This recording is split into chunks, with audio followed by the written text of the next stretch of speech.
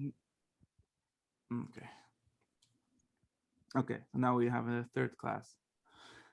So basically, just to have my structure in my head straight, in the first class we discussed in very general terms all of this discussion about shoes and clothing having the part of uh, positive, what we call positive part, or sefas shefa, or oid, or to talk about that, and or what we discussed from the Gemara, referred like covet, like it adds moichen.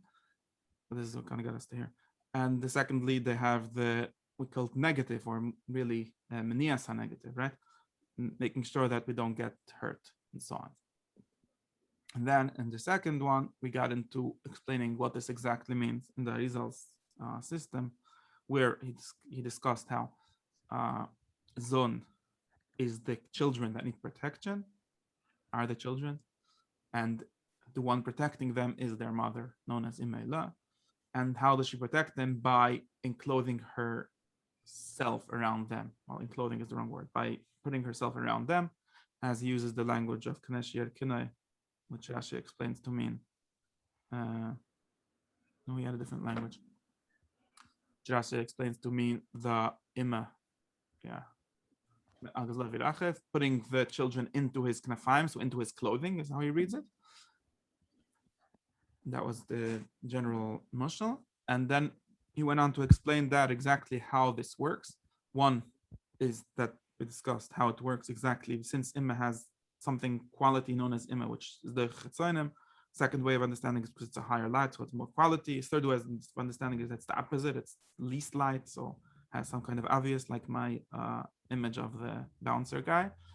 And we discussed that maybe it's just setting space and so on.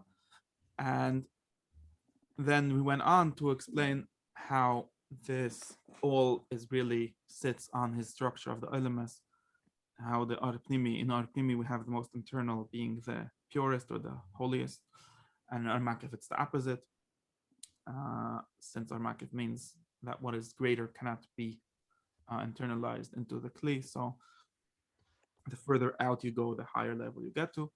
Therefore, it turns out that after Nuk Deza, which is where you're going to have Makif the Nuk, and then afterwards Makif the Abavima and Makif the Arich, and so on. That is exactly the space, or the lowest space, or the smallest space of Atzilus, and that's where the Klippos are. And then you discussed that the Klippos are Pnem Ela Nuk Vecharem Ela Makif, because obviously where they're receiving, that's like Panim is always where you receive, is going to be the Pnimi, because our Makif is, even our Makif the Nuk is too great for the Klippos. So now we understand that precisely in this space is where we need the Ima to somehow protect the Zon. Now, another thing we learned in the second class is how when we say Zon, we actually mean Nuk, and receiving from the Za also via Nuk, because everything the Nuk has is basically Za giving it to her. So we talk about the Klippos taking from Zon. What we literally mean, in other words, physically, we mean it's standing after the Nuk and taken from her, and some oil from Za can also get caught up in that. Okay, so now we really have to get to some sort of description, which is also, it's really just a more technical description of what we learned earlier. Just this is going to actually get us also to the right and left situation, which is how exactly, what do we exactly mean by saying that the Ima is Malbish the Zon and protects them by that. And for this, we go Vinyanahi. This is where we are. So you already know, everyone knows, right? Everyone knows that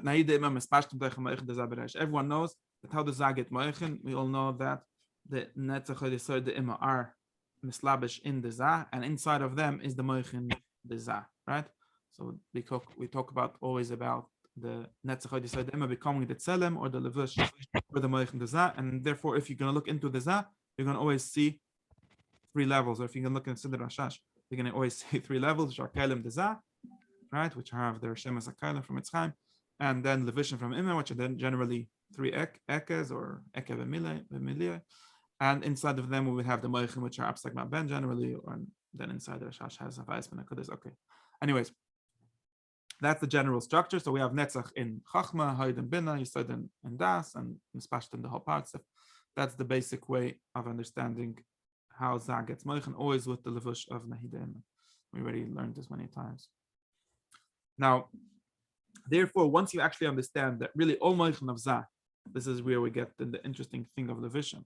Really, every moich that Zah gets, he receives it in a certain Levish, which is inside the Levish of a Netzachot Yesod Imma. Now, this Levish is internal to Zah, though. So that's interesting. Most Levishim, so the reason going to say there's three different kind of Levishim. Most Levishim are literally internal to Zah. In other words, like I say, if you would make how do you call these pictures where they have like like you could see through like person's skin, and inside that, if you would like make a cross section, something like that. If you'd make such a picture of the Zah, you would see inside after, so more internal to the kelim of Zah, you would see Levishim of Imma and then Moichin of Zah. And so that's the Levish of Imma that is internal into Zah. Now the Amnam, you have to imagine that there is a even more external Levish. So Zah, Imma has a bunch of levels of Levishim where, for example, the Chabad goes into the Levish Achi Pnimi, and the Chagat into the Levishim Tzoi, and the Nei into the most outer Levish, and so on. And these are all going inside. But then there's a fourth Levish, or however number you want to number it exactly. One more Levish of Imma, of Nahida Imma, which is generally what's Malbish the Moichin Bezav always, which is Eine Nechnas Tochresh Dezah. So the last level of Imma is the level that doesn't go inside of Zah and puts his Moichin inside, but it goes outside of Zah. That is what we call what is known as Chashmal. That's why the Chashmal the Imma. Obvious. So here he does say obvious Chashmal Azeh Mafsik Ben. So here he does seem to say the Goldilocks principle, which we earlier said I don't understand. Right? We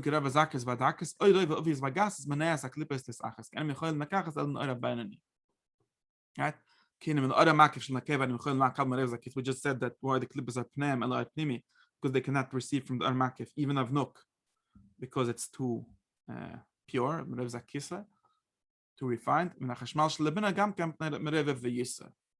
So that's here he does seem to say explicitly what I didn't want him to say. I forgot. Okay. But really earlier he said that Chashmal is also a certain zakas, or a certain, you could maybe call it but being overpowering, because it's like the oil of Imma. That's what we discussed earlier. That's what he said in the first shot earlier. So it seems weird that he has to say he's stuck in the Rav Avias, but okay. There's actually a meaning if you want to know the meaning of this Goldilocks principle. There is a meaning in that, which is there's really two ways of hiding things from the Chitzayim. Or if you want to speak in this language, there's tzaddikim niglam and tzaddikim nistarim. Revealed tzaddikim, regular tzaddikim. I don't know if that's the regular one, but try to push away the Chitzayim by being too big tzaddikim, or very big tzaddikim. So if you're like, I'm going to proclaim the Kedusha in a very extreme way, in a very explicit way, that's Lubavitch Rebbe's shit. Anyways, and therefore, I'm going to do Ga'an Yaakov, what Lubavitch Rebbe calls Ga'an Yaakov. We're going to have Jewish pride, and then the Chitzayim will be afraid of us. So that's one. That's the shit of that's the shit of Chashmal, really. No, the opposite. That's the shit of, that's the Armakif of the Nuk. That's like the, what he says, then there's the opposite shitta. The opposite shitta is to pretend that you don't have any Kedusha at all. That's the Rav Shitov shitta. The Rav Shitov said that not the Rav Shitov, someone said about the Rav Shitov that until the day he died, the Samach Mem thought he was his friend. Then finally he found out that he was tricked his whole life. Never. Because his thing was that his idea was basically that the moment you proclaim the Kedusha, the moment you declare yourself to be a tzaddik, then right away the tzaddik says, yeah, you're a tzaddik, let's see. We'll find out if you're a tzaddik. Like Velhim Nises Avram, right? Are you such a big tzaddik? Okay, let's test you. So there's another strategy, which is, who says I'm a tzaddik? No, I'm not. I'm just a regular guy. Then nobody gets angry at you. Because in other words, because the Chitzanim, they can only get, if there's a sign outside your shul that says this is the shul of the tzaddik, then a lot of people are going to come by and try to find out what's going on, and you get into all kinds of fights and stuff. But if there's no sign, it's just a shul, nothing special, then there's nothing to attract. Like if you turn on the light, you attract the bugs. If you don't turn on the light, then the bugs don't come because they don't think they have anything to gain. And that seems to be at least one of the understandings that Arizal has about Chashmal, where it's like nothing going on here, nothing to see.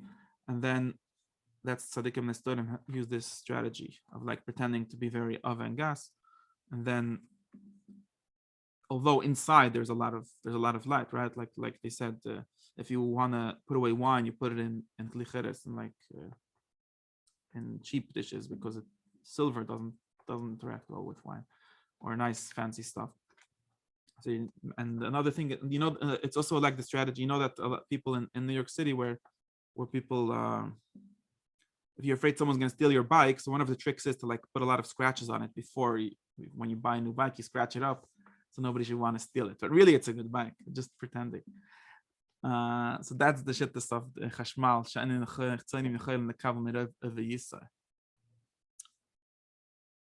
Yeah,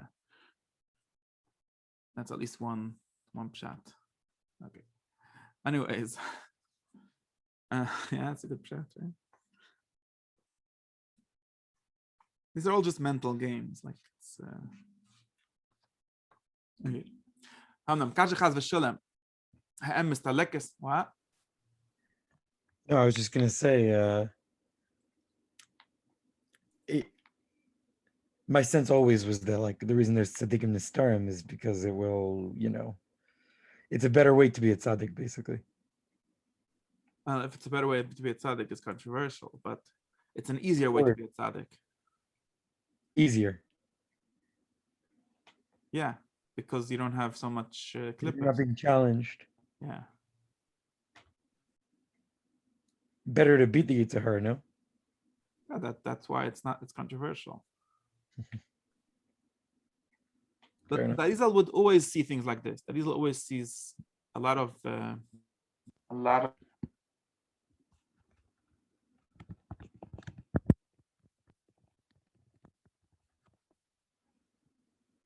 Wait, I stopped hearing you. You hear me now? Yeah. Yeah, I'm not trying to remember what I want to say. I forgot. Yeah. It's similar to saying that you don't want to deal with like Tzaddik and Studim say, well, why would I have an Isayan of Gava or something like that? I'm going to just sit in the back and nobody can know that I'm Tzaddik. But if you think about that, that's the real way of thinking about that is also that you're trying to pretend to not be a tzaddik, because of course things like Gava are not just like the silly level of it is not really what they're talking about. It's really where you proclaim to be something good, and then anyone that sees something good wants to get it. There's also other strategies of doing distractions, right? Where you say something good is here and then you do it over there. That's misdirection. A lot of tricks. The old, hey, look behind you trick. Yeah. Yeah, there's a lot of, that's another thing. That's why, yeah. Anyways, okay.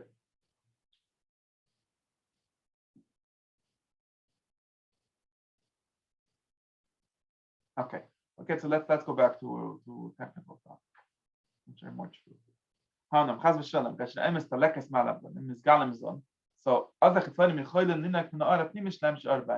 this is the interesting thing. In other words, we generally talk about this is the Zohar's language about in Pashas Kesetzia about Shlech HaKan. It talks a lot about sending the mother away from the children. Maybe it's even Medrash talks about it. Because we understand again Imma being on Zah, like that Turashit Imma and Shirashirim, which is always the Zah and the Zon, the Nuk are getting Shefa Moichen from the Imma. That is like explain this literally the night Imma go into the Zah. And when she goes away, that means there's no Moichen. That's what we usually understand. Shlech Shalach Esem, like Chacham Beis Hamikdash is called Shlech Shalach Esem, the mother is sent away from her children, and therefore they don't have her oil. Now there is adding another aspect to that, whereas when the mother goes away from her children, they also become revealed because they don't have her protection. So there's like the internal part where the mother is giving the das and the meichem to the son, and there's the external part where it's being malvished and it's giving them this chashmal, and therefore they get revealed, and then whatever is left, whatever benoni or nimi, although we said there's no moichin to this talk is a moichin, that's another. But whatever is left here, whatever is still there, they get. That is actually in the time in Shara Meluchim says that the reason why the God, right, which is really imma, the reason why you lose, we discussed it another time. The reason why the moichin are mistalik b'shas hachet is so the chitzonim shouldn't get it, right? He says it on Pesach, he says it many different times. This kind of idea, which just goes back to the idea of ora avagas, a similar idea of like the reason why sometimes there's no oil is because the chitzonim shouldn't be able to get it. Because in other words, when there's no protection, we take away the shechina from the samigdash, so nobody can take it. But and so at some point there's some inikas chitzonim. I have to figure out exactly when or if they ever could, but that's at least the one way of seeing it. We have to always make sure that it's protected so the chitzonim can get it. Okay. Anyways, that's the Adkan is the. In other words, what we gained in this piece is to understand that this levush is not really separate from what we generally understand as imma giving moichin to zah, and so on. It's really just the most external aspect of that is what we call levush of imma, which is, so in other words, don't think that there's moichin of zah. There's the whole feder of how we get moichin to zah through abavima and so on, and then there's some new random thing called chashmal. That is always wants everything to be part of the same story of the same system. There's no, it's actually just the most external aspect of Neid Emeh, which are levishim for Moichin Zah. There's also one more levish, which is Kashmal, which is covering Zah and not allowing Lippis to touch the Zah. Okay.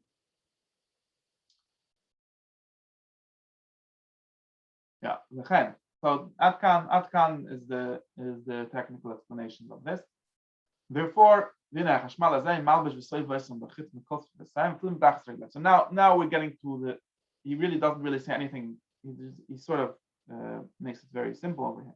Because okay, so now we just discussed clothing all the time. Apparently, I'm supposed to be talking about shoes. So what's this shoes and clothing all about? He says, well, this chashmal is really, it's not only on one side or something. It's malbish v'soiv of es, it goes all around. That's literally when we talk about the levush of imma being malbish zun. We're not saying it's malbish, their hands or their feet are just one part. It's literally all surrounding 360 degrees, including under their feet. Whichever part is over their size, that's what we call malbishim. That's just really the same thing. According to what he says here, it's really the same thing which we call malbishim, the same thing which we call menanim. Just that whichever part is around, and we have to actually go try to understand what these parts are. It's like if it would be the same thing, then why don't we just say clothing? Apparently, it's not exactly the same thing, but at least the simple version that he gives here is that it's just there's all kind of protection. So whatever is protecting your body, you call clothing. Whatever is protecting your feet, you call shoes. This is important. So therefore, this we didn't learn earlier in the Kavanah of Malbish Harimim that we discussed about. I think we never finished it. But we discussed about getting dressed, and these all had actually some different explanations over there.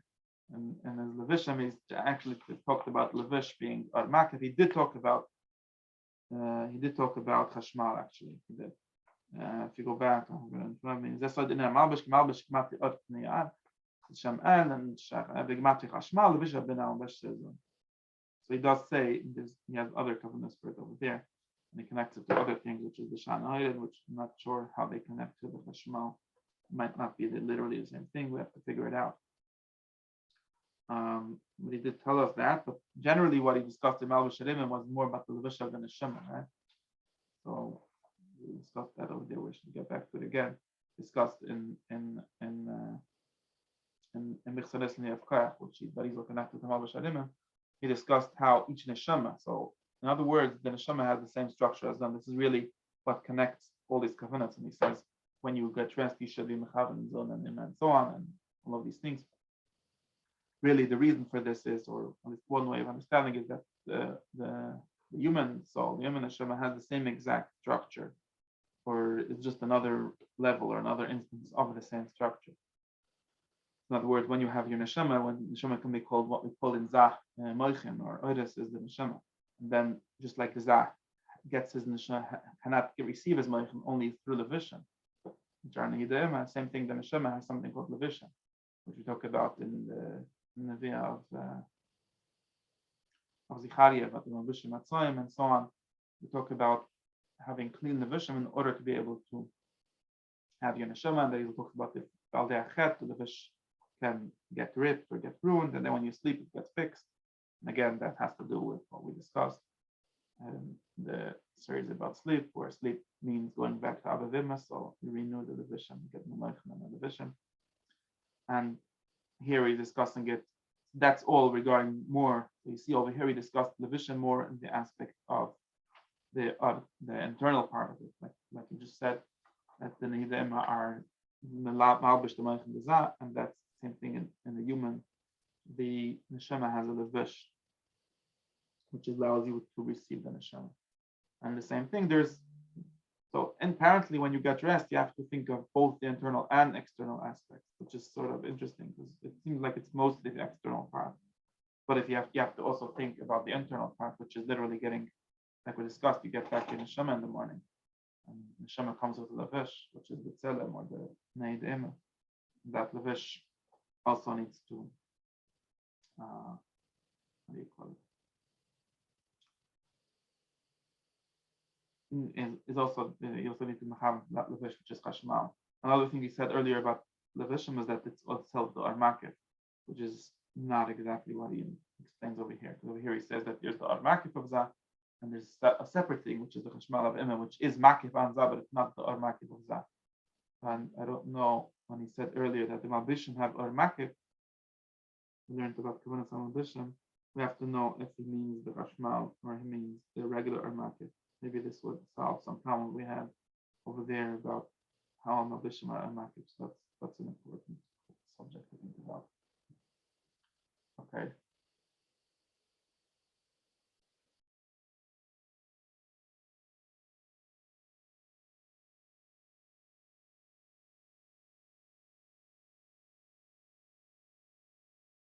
Yeah, that makes sense. Yeah.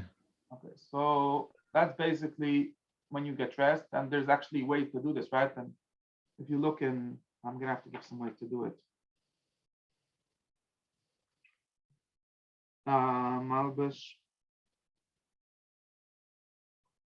Let's see if it says in the Siddur.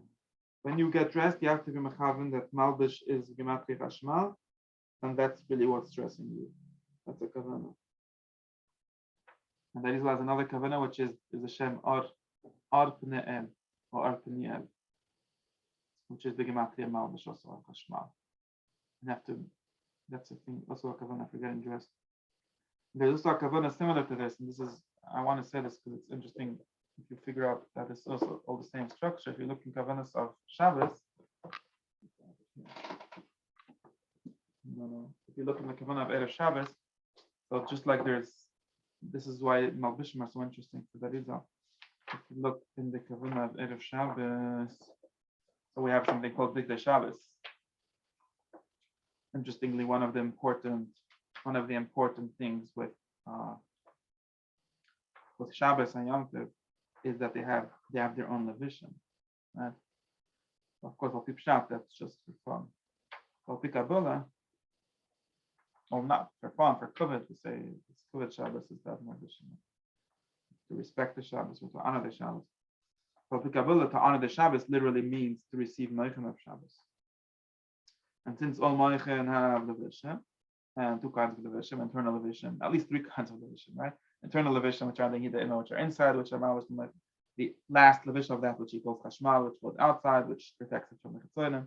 The Armakif, which is another thing which we have to assume, but apparently we're not talking about that here. And therefore, Shabbos has its own Moich, and then in Shabbos you have to have your own levishim on Shabbos. Therefore, if it looks, if you see, I'm not seeing it over here. Yeah, a second. In Malbisha Shabbos. If you look at Shar Kavanas in Malbisha Shabbos, it says that when you put on, there's the whole thing, you have to wear white, right? Because white is, and he actually refers to this here. If you look, I'm just reading from here. It's very important that you do white clothes on Shabbos. And basically the dak ela we good beginnes aramak in the fit. We said now bishop very tiny bit bigger small bishop. So apparently we're to understand that since on Shabbos you have higher level, right? Whatever Hagatim and so on. But anyway, they're all going to have this division. So on Shabbos you have to have special big Shabbos, and that Isla has a kavanah for this. It says that you should try to do this. That if Shabbos you have Hashem Kodesh and Nikda Zahari El.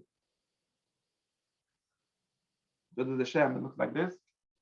You can see my Shem.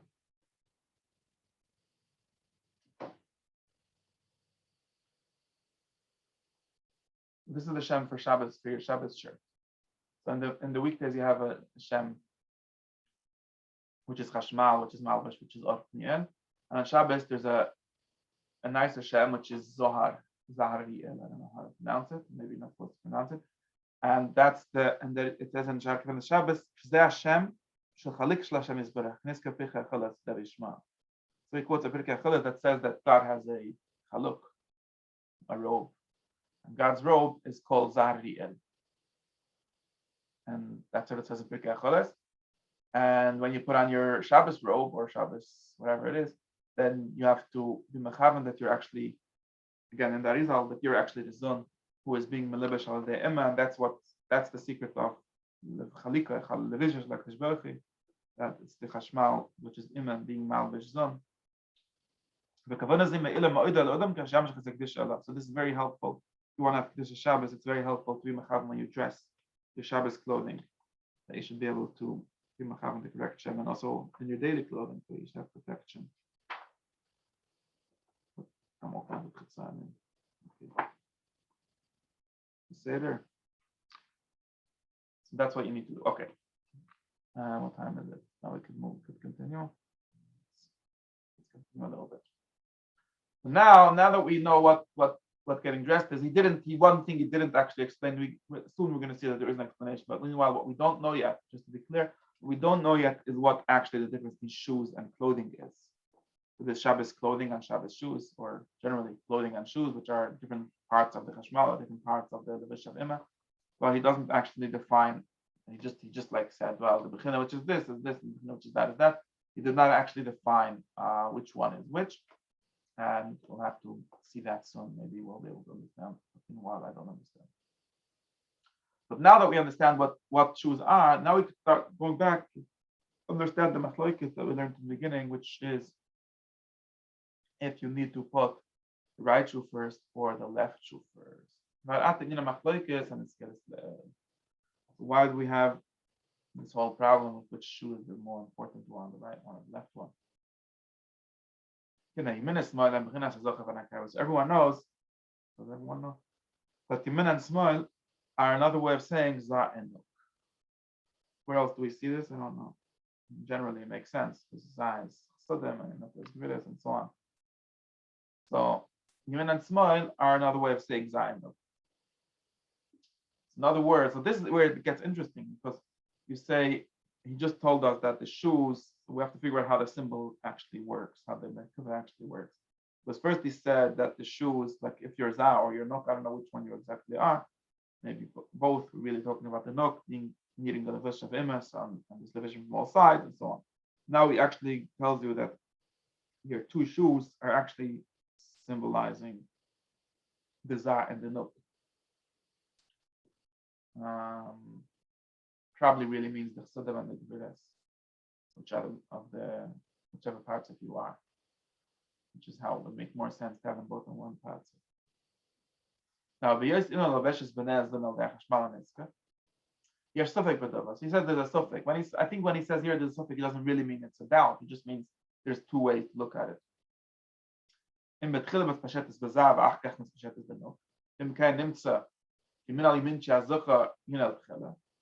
So there's not a suffix in the reality, right? Because obviously everyone knows the order is first Dan, and then unless you're talking about Pashas and Asira and different times where there's an opposite order, but the general order is always going to be the first is Dan, then the Za gives to the No. So therefore, if you're thinking of the order of a Seder Shtalshlis, like how do we get Moichin? I think this is how we understood. If you're thinking of how do we actually get Moichin, and since these division, even the last division, which is the Chashmal, is just another part of the Moichin, so it goes in the regular order. So of course the Min is first. That's their standard order of things. Of course, there's some weird orders like when you go to sleep or like the pilim and so on, where you do small tchila. But generally, the min would be tchila. In other words, the zah gets moichin and everything and gives it to the milk. So obviously, if you're thinking about that, then you mentioned the tchila oinoima. But now we could say something different. The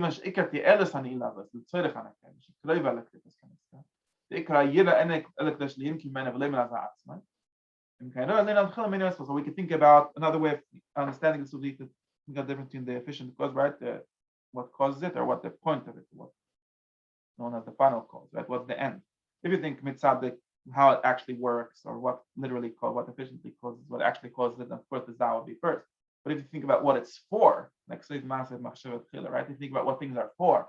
Think what the end of this whole thing is. You say no, it's not. The Zah is not the one that needs this levish. Maybe the other parts it's interesting to him, but this levish is mainly not for the Zah. It's mainly for the Nuk, because she is the one who needs the protection of the Hashmal, so the Chatzayim shouldn't touch her because she's the one who is touching them, or where they're close. Therefore, we have another person that said that we should do Smol Tchila. And as I said last 2 times ago, that matches with what we said, that Smol Tchila is related to the idea of Tfilin, which is also to stop the Chatzayim. It matches with the idea of it being Minal, being a protection more than it's a panic or additional pleasure. So therefore, this Yitzchok that we learned, they did this Sharosh Yel Tchilei Mivleik Shneim Zay Skamish Nad Vermanitz, and it actually makes sense because there's the actual way to get dressed, the actual basic way to make Hashva is always Fimen Tchila. But since we know that the real reason for this, the point, the goal of it is to get the Nuk Tchila, so and because the Nuk is the one that's in danger, she's the endangered species, right? She's the one that's in danger of getting the Chatzayim touching her. Therefore, we first tie, because tying is the part that relates more to being the Chatzayim. We have both of these parts. In other words, you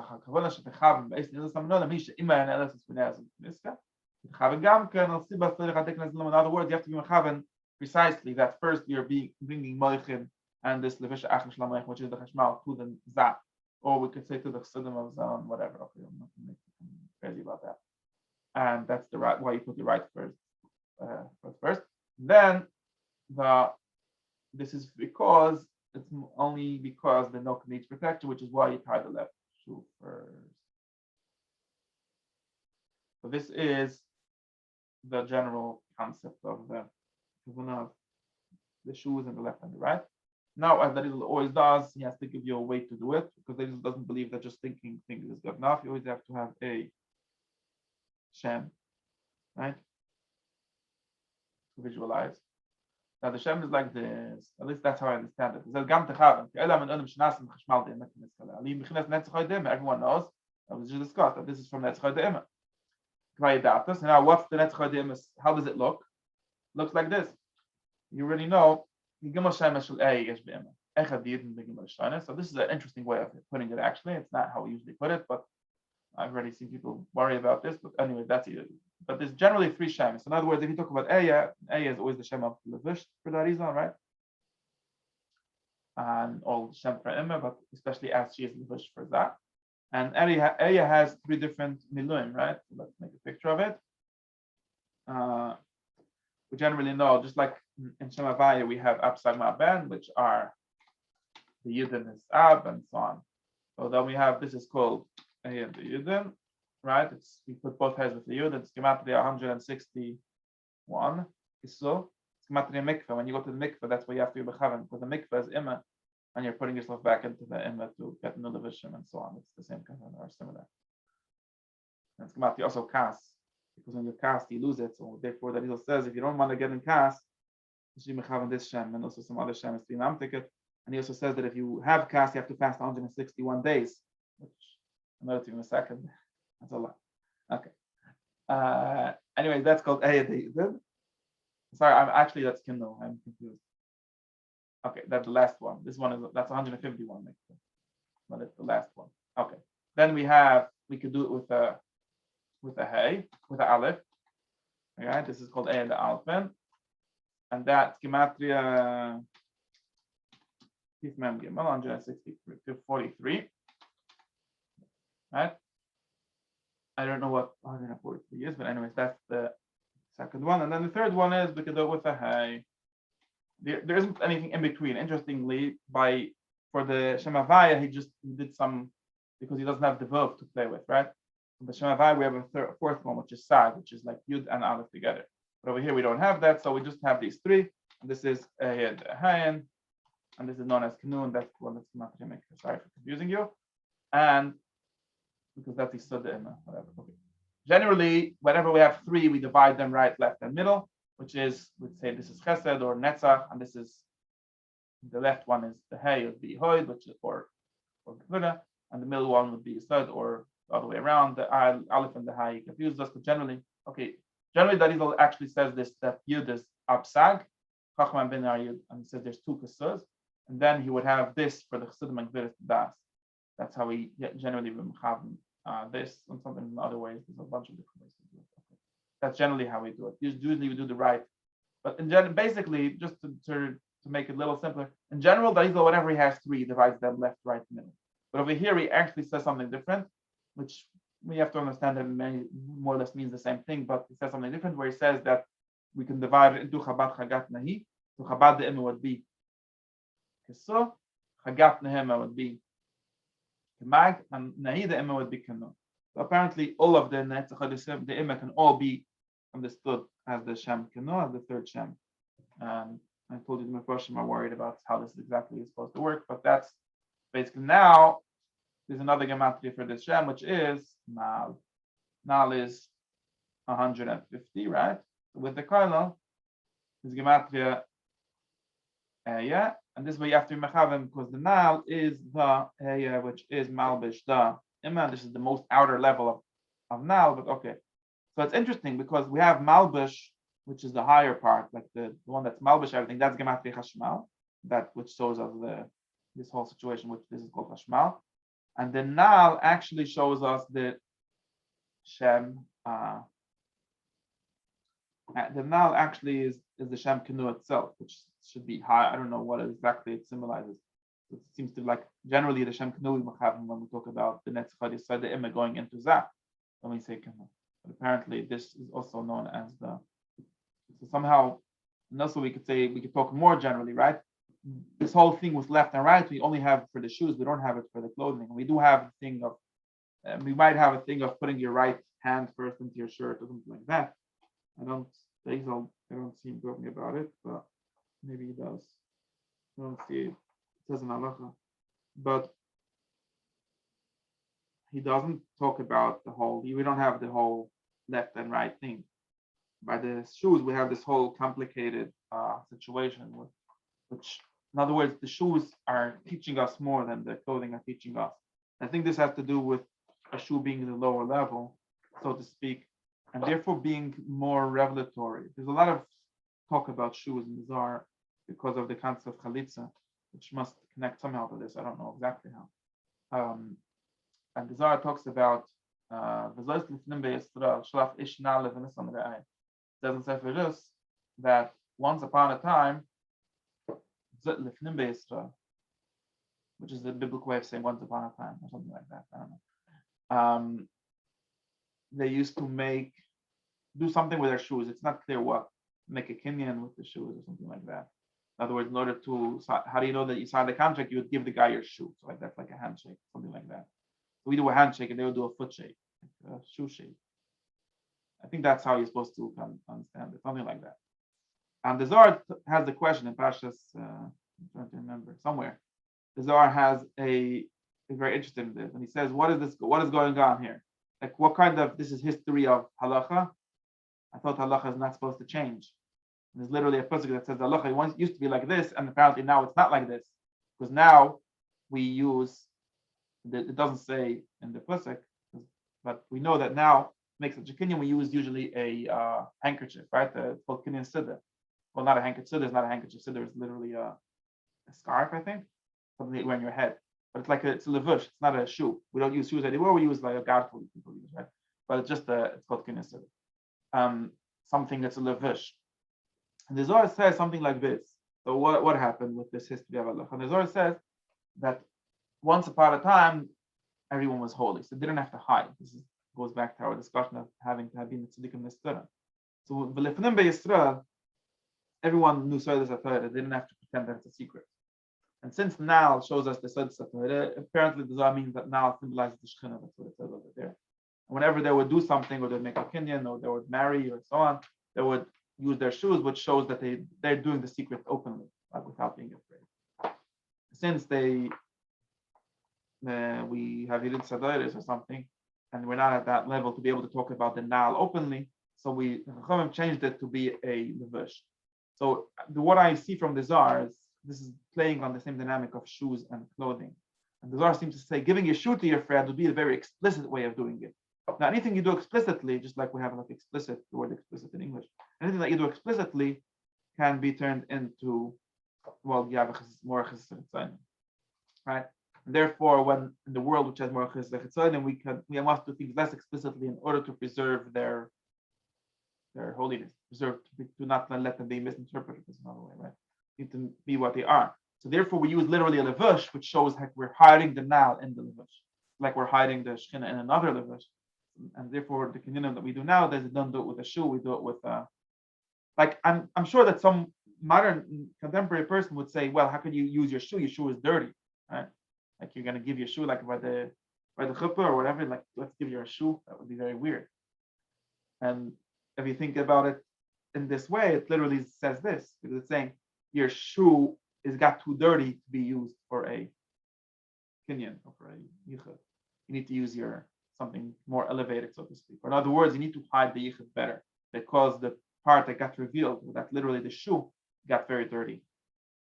I don't know how they used to. Maybe they had sandals or something that was less like. Maybe it made more sense, and shoes change styles, which were more easy to do that. But anyways, shine. So what do I learn from all of this? So similarly, you see that Arizal actually having a lot more to explain. In other words, when you have your shoe, you do this whole complicated structure with the right and the left and so on. And well, I don't wear shoes with laces, so I don't do people that do that, which have time for things like this, have this whole structure going on. Maybe that's because I want to go back to the original. Okay. Anyways, yeah, this whole thing, and what was I saying? And it shows us a lot more. So the Nal is showing us more of how the whole Atzilus works than the levush. And the levush is literally another way of saying it would be that few people would say that shoes are there to hide things. Shoes are mostly there to protect you or to keep you walking and so on, which is really connected more to what clothing is. But clothing seems to have more of the how do they say hashmal and so on. It seems to be a machloikis if you have to have Shabbos shoes, which is still in this question. See? Okay. I saw in some place that there's a machloikis if you need to have different shoes on Shabbos. Arizal doesn't talk about having different shoes on Shabbos. But it would make sense, no? Depending on how you see this whole figure. Because if you see shoes as just some sort of like the effort kind of thing, somewhat, that the shoes are just, they don't like provide you so much so much covet, then you would say, okay, whatever, shoes are just a functional thing. And functional things you don't care if it's Shabbos. Like it's only if when you have shoes that have like beauty to them, adding some aesthetic value. In other words, if the right shoe is first, then you have to have new shoes on Shabbos. If the left shoe is first, then you don't. Barizal seems to really be of the opinion that the left is first.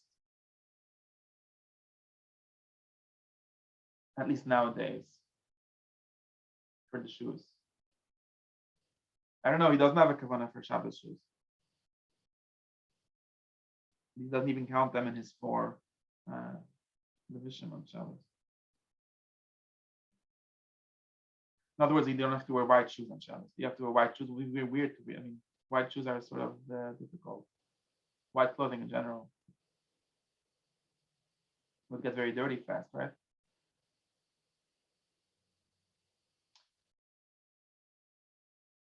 Okay. Yeah, there's white sneakers and stuff. I don't know. Okay, now there's one more thing that you have to say about the now. Maybe we'll see what the next time. One more thing where it says the inchat. So now Atkan is I think I should stop there. Push it out. Should I stop?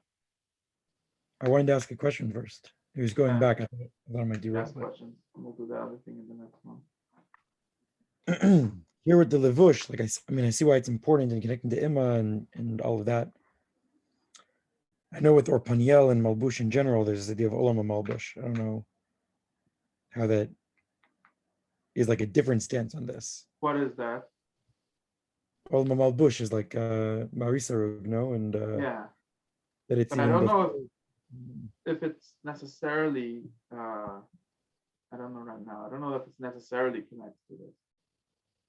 I mean, again, you could say levush in an even more general way. You see everything you could see particular and say generally. And malbush is even another prat and so on. Because we could talk about that a little bit we could talk about all of Atzilus as being a levush, right? Because we say and soft in mislabish and Atzilus, and this is how that even uses this language, right? We talk about the baptifa mislabshin zebazeh, right? And the all malbish or and soft, right? We could talk about everything being a levush. In other words, you could say that the problem with that being the kavanah for wearing your levushim, I think, is that it doesn't entirely match, because in that sense, your body is also a levush. So when you're getting dressed, you're not doing anything particularly related to that seal as being the levush or and so you existing is already that, or your body at least. Your body is a levush for your neshama, and your neshama is a levush for your neshama, and whatever, and so on.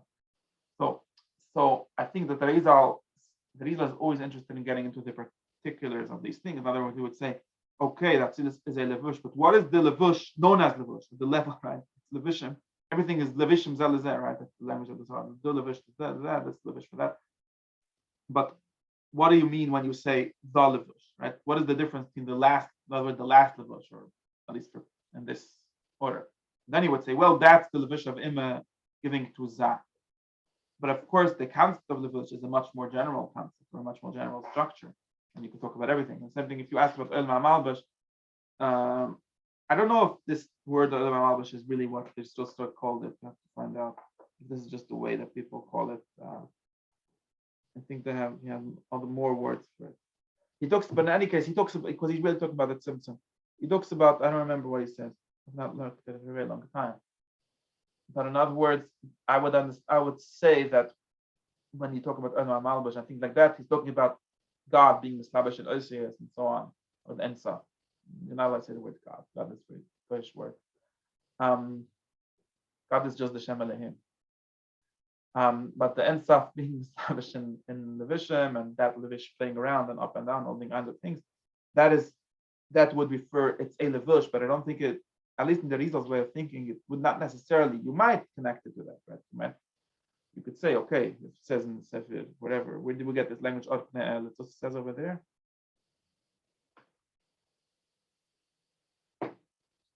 No, I don't know if he's the one who connects with Orpaniel and all that. I know that the Ramez does. The Ramez, I don't know how you say his name. And also and then book on Shemus. Yeah, in the book on Shemus, he brings it down that Orpaniel is connected to it. And there's also a citation I saw for it from, who is it? Agar Dekala. Oh, you probably took it from there or somewhere similar. Right. Yeah, but Otniel, we didn't see Otniel over here, right? That's in the previous tradition. Right. Yeah, these are much older language. I mean, I think it's from Choles or stuff like that. Right. And then you could interpret it however you want. In other words, that over there they're probably talking in a more general term of the, like I said, like talk about spirit or Osiris or something like that, being a levush for Tikkun and Zara also. Last, yeah, I'm looking quickly. Shofim, maybe the name of Hamalach. Yeah, they know that Otniel is Gematria Chashmal. That's the point. Yeah, people at the Emek HaMelech, so you connect to already also.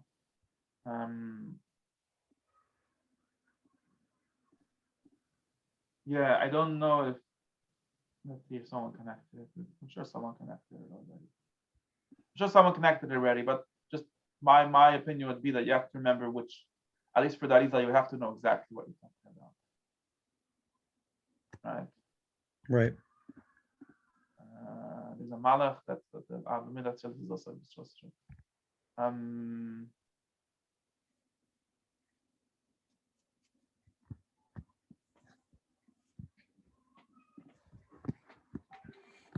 Yeah, it seems like the Arizal wants to maybe connects it, connects to this. But Arizal seems to Arizal has his own, at least that Chaim Tal, maybe that was Arizal, but Chaim Tal has his own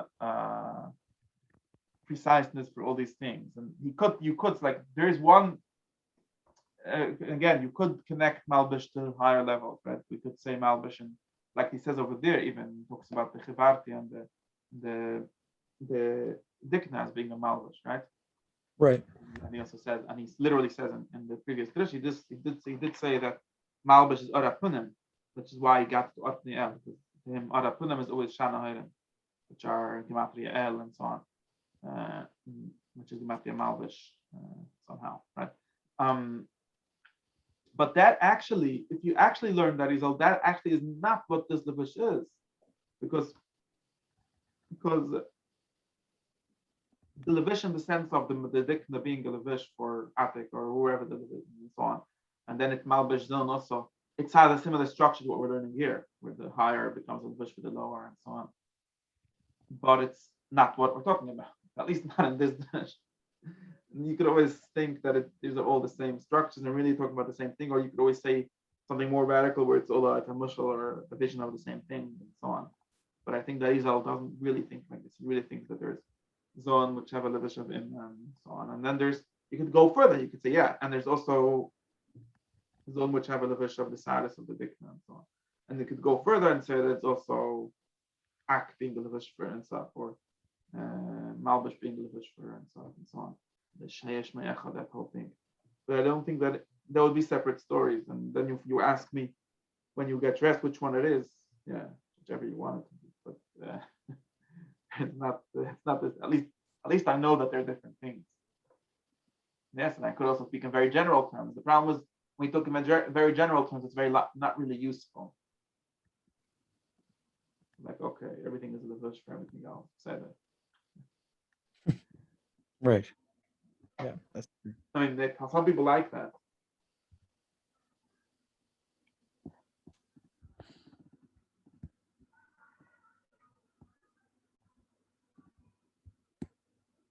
I mean, you could talk even more general when you talk about Netzach V'Hai, than being the Levushim of him. And in any case, to me, this is and that is they all make sense in his structure, in his system.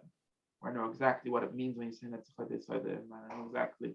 And more or less, the Chashmali seems to not entirely explain. Let's look at the time if there's a better explanation for it. I know more or less what he means. There's some fourth other levush which is going outside. I don't entirely know what that is, but at least I know where on the map to put it. And if it matches to me in some meaning or in some connection, I know how to connect it and all of that. If you want to start just reassociating, then that's another thing to do. Not a bad thing. Another thing.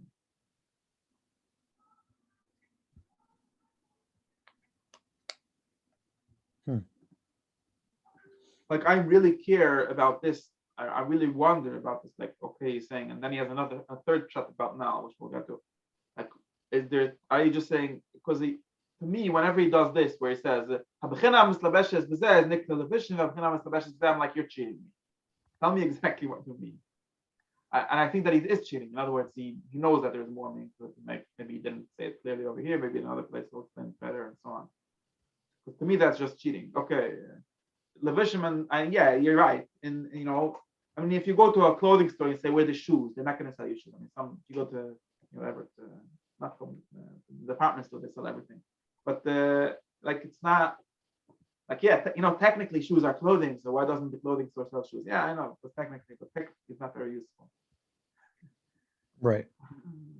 If you want to know about shoes, you need to go to someone that knows about shoes. If you want to know about clothing, you need to go to someone that knows about clothing. If you want to go to hats, you need to know about someone that goes to hats. They say, well, Kessler is also a levush, right? So it's also just another kind of hat. Okay, it is, yeah. It's a kind of hat. But to Darizal, Right. Kessler always means something totally different. Because Kessler always means the next part of which has some connection to this part. In an automatic kind of way, or however. Then again, it could be malbish and so on. But it means something very different than just saying, yeah, another levush. When you say the levishim of the internal levishim, that means and even if you want to be mashita and say it means, like, for example, a mushal being malbish asachal, and by that being able to get it, okay, that's very different than saying the protection. Maybe it's aspects of the same thing or the same system, but it means something very different. You can't just say levush like sheva. Yeah, you could say, but it's just not useful enough. Maybe I wanted to separate things a little too much.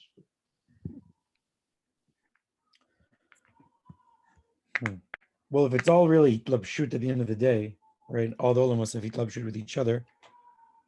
It has to start somewhere, no? Meaning, it doesn't have to be the same thing, but if it's all at labshut, it would make sense that at the top it's also at labshut. Yeah, it is. But the question is if it means even the same thing over there, or if it's the same kind. Not sure what I mean. I know what I mean, but it's same word, different content. Yeah, no, I would even say the same structure. Like even when Darizal says there's Zohar Nekeva in every level, and then he goes on to say, well, there is, but there's some differences, right?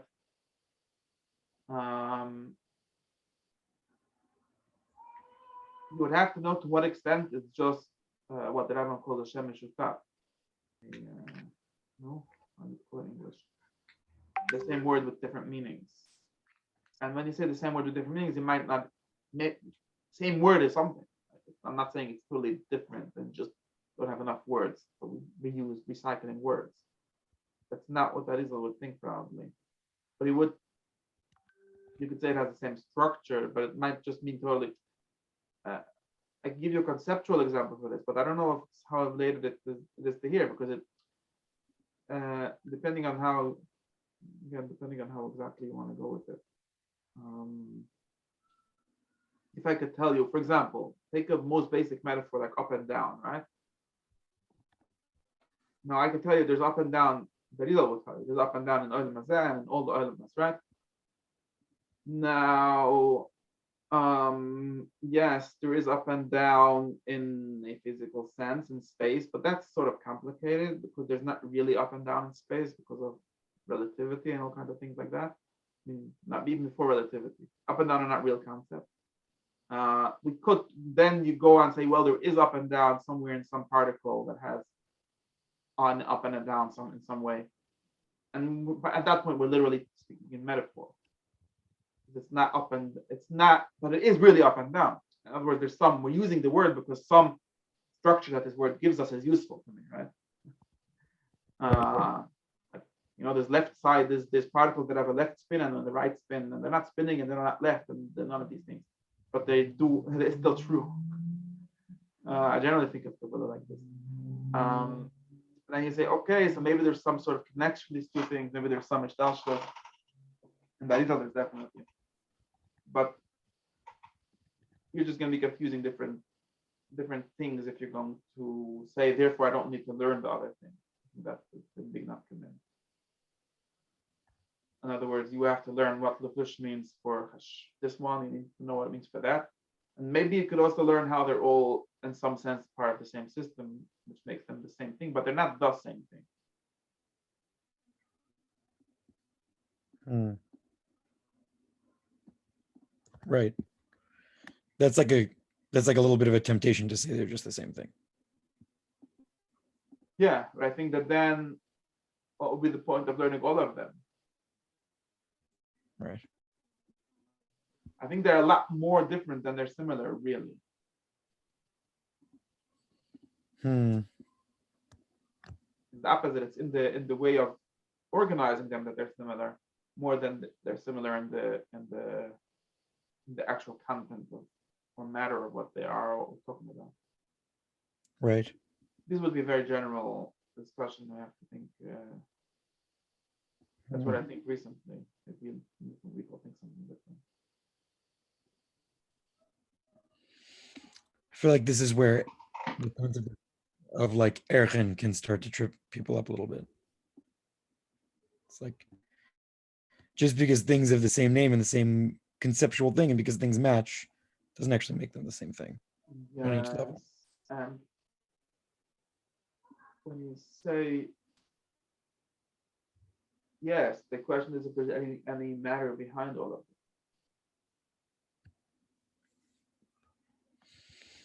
In other words, what do you mean by erech? I could tell you that there's the same. For example, the zun, the ak have the same. Well, but in the clinical halachas, right? Pretty weird language. Have the same dinim as zun the whatever, right? As zun the atzilis, right? Now also atzilis is zun the ak. Okay, that's gonna be confusing. But what that not mean that they are the same thing. That nobody thinks that erech means that. People think other things, but nobody thinks that it means that they're the same thing. Right. Obviously, there is a ak and there's a atzilis, and they are two different elements. Now, in other words, I'll tell you another simple example, right? This goes to the question of universals and stuff like this, which is why it's really like metaphysics. Sunday of this week and Sunday of last week are extremely similar and also totally not the same one. They're both Sundays, which means that whatever laws apply to Sundays apply to all of them equally. And if you're a realist about universals, you can say it's literally the same Sunday, but it's also totally not the same Sunday. Right. And it's a good question philosophically, if it's enough to know one Sunday or if you have to know all the Sundays. But at least that's how I would think of about these things. You could say, well, this is a Sunday. In other words, you're saying the laws of Zon apply to Zon the Ak. Okay. Maybe not, maybe in some aspects and have others, but it's still not the same thing. Now, of course, if you're talking about abstract beings or something like that, you have to figure out in what way can it be different if they have the same laws. That's really where the real question is. But that's really a philosophical question. I don't think people don't worry about that too much. You try to figure out how they're thinking from the way they talk about things. At least they assume that it's a different one. I think. Unless you want to be more of a monist and say something else.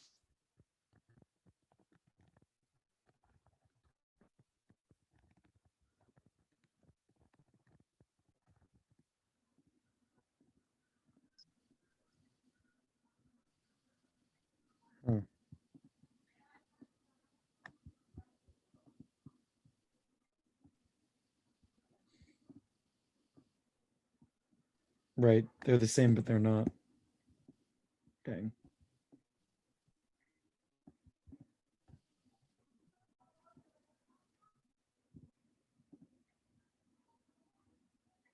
This is everything, really. It's all the same, but it's all not. Oh, there's another question, which is when you do the cloud and the prat, which is very, it's going to become even more complicated. Another question when you I what? don't know exactly what you mean by that.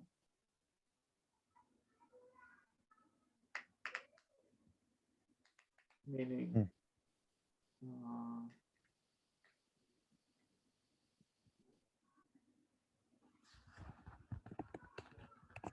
meaning if I say that za is a levush for iman, the same way that nahid za or whatever, you see, you can't really do that. At least the things that Arizal says only make sense if you assume real difference between these things. If you say, okay, for example, what we just learned, he says the levush of za is ima, right? That's a totally different thing than when he explains to you the general said that it's lapshus. You can't collapse them into the same thing. There's no way. Nothing he says is gonna make sense if you do that. Right. Then what do you mean? How could the imam be malbazat? It should be the other way around. Oh, it could be. So what is going on? Hmm. I don't see how you could say, again, you could, maybe you could try to do it somehow, but I don't know how.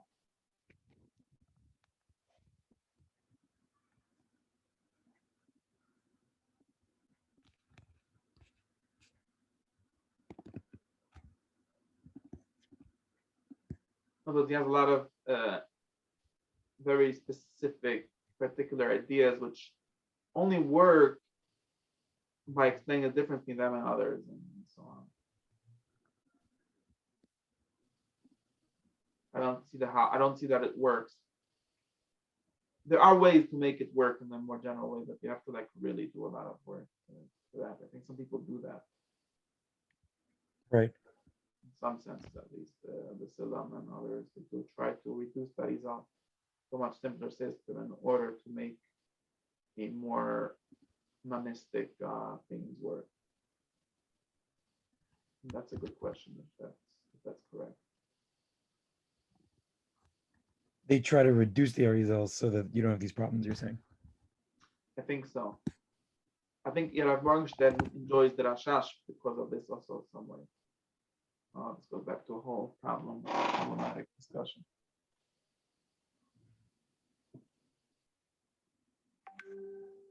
Because if you take such a piece like this, just as an example, and it says there's something called Hashmal, which is standing between the nook and the slippers and so on, okay? And you say, and you're going to tell me, well, yes. Now, if you're like Hasidish or something, you like the idea of everything being Gilavush, because that's just a very complicated way of saying that everything is, God is in everything, right? And the Islam himself says this. It's not like this is not the Islam himself and the Ramak himself and the Zohar itself says this. It's not something that Bashar Gosama made up. They literally say that since all the elements turn out to be one into the other, so God is everywhere. Not in a literal way, but that's another stuff. But anyways, that's a way of showing at least that he's everywhere, or that he is. So that he is everything is already another leap that the Chassidim do, but he at least is everywhere. Now, okay. But now,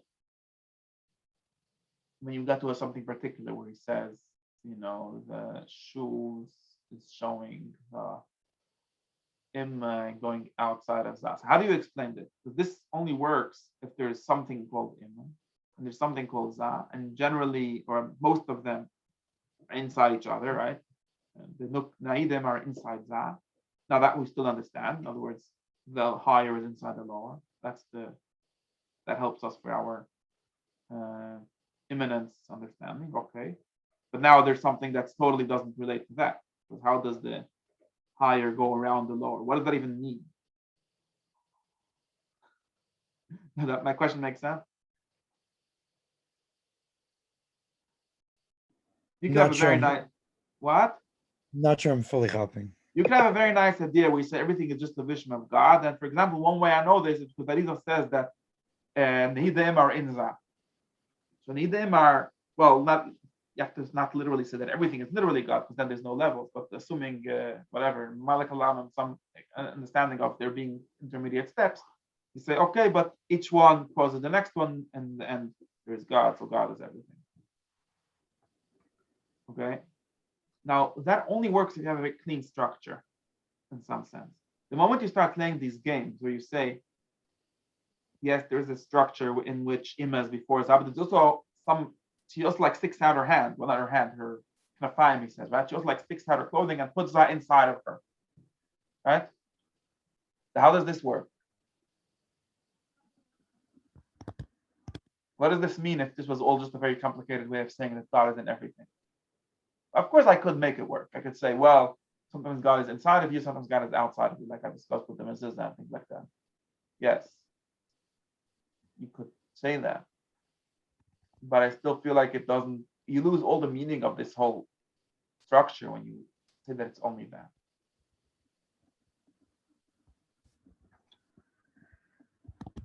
I think it's reductionist a little bit, meaning they're more complicated, and it's also reductionist, and it's also reductionist in the sense of losing the meaning of certain complicated shtiklach. They end up meaning, it ends up not being true that the Ima is both has this thing where that's out, and that's what's doicha the chitzonim because it's av and higher and so on. All of that turns out to not mean anything. It turns out to just mean the same thing as when you said that everything is inside God or God is inside everything. Right. Everything is everything. Not everything is anything. God is inside everything and everything is inside God. Okay, it turns out there's the only two statements that we have to ever say, and everything else is detail, but these details stop even working. It's not, you could say, okay, that's true, but then we have to define exactly how God is in everything via these 10,000 different steps. But then in the middle, in the step 999, you have something that says the opposite, and then it doesn't work with all of these games that we're playing within the structure. Stop being meaningful. Right. If you so now, at least this is a question. I don't know that I'm saying it. It's not such a big question, but this is a question. And then, so then what some people do, I feel like what some people do is like this.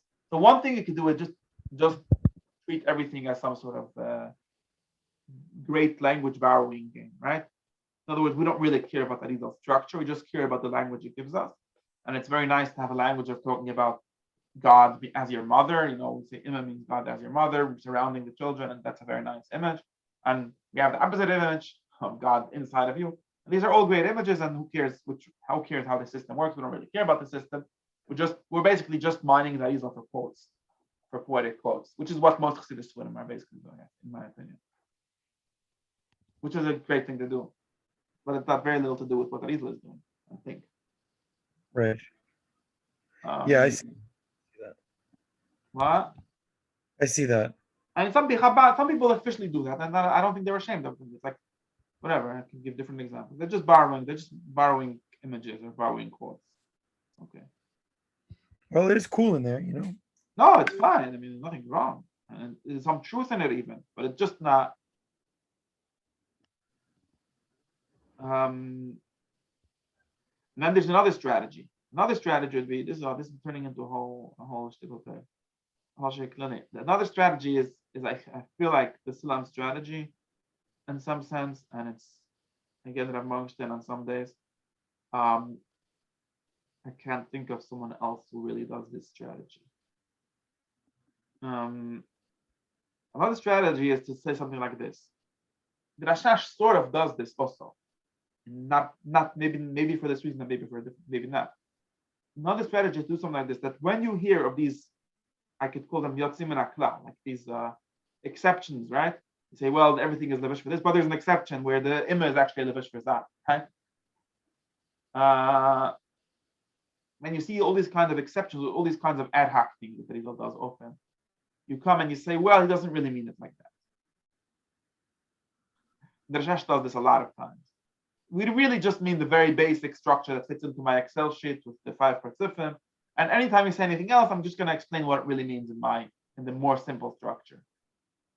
In other words, the bush of him, and no, it's not literal. It just means that something with the moichen of him and gong and za have some power to be a little, something like that. Let's assume that the Rashash understands it somehow like that, and he might actually. I didn't get into the details. There might be some looking for such an understanding, right?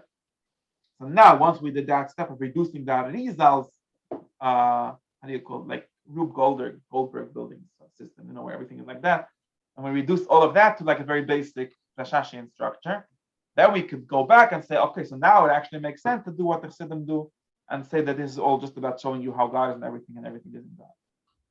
Right. That's another strategy that you can do. I feel like people are doing that strategy. But that strategy needs these two steps. You need to agree that the is reducible to these simpler version of that Izal. And then in the simpler version of that Izal, you put in your meaning. I don't know. I think that. Now, what do I think?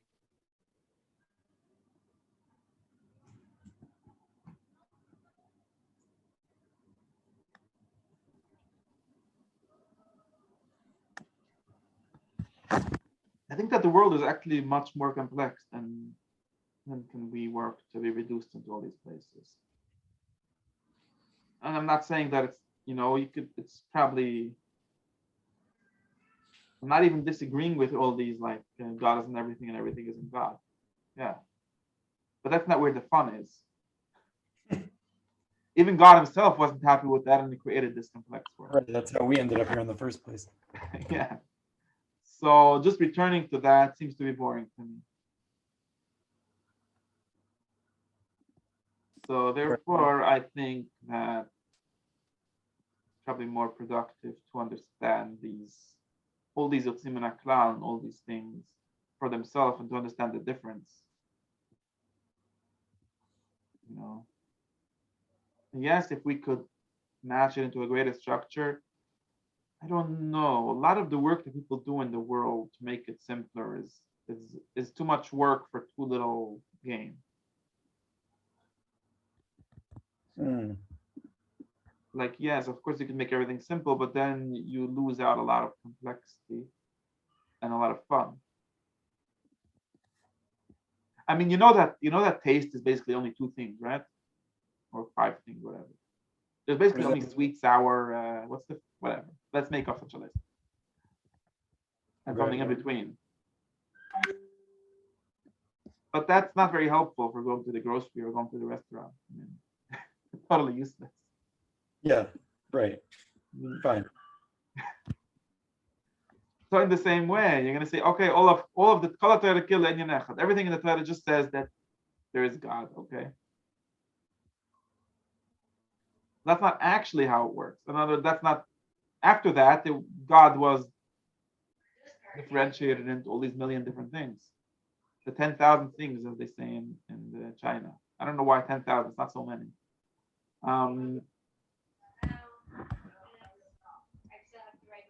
And that's actually better.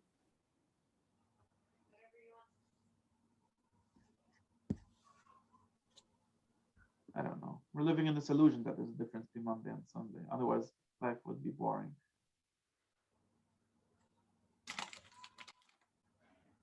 Fair enough. See? Yeah. I'm gonna stop there, I think.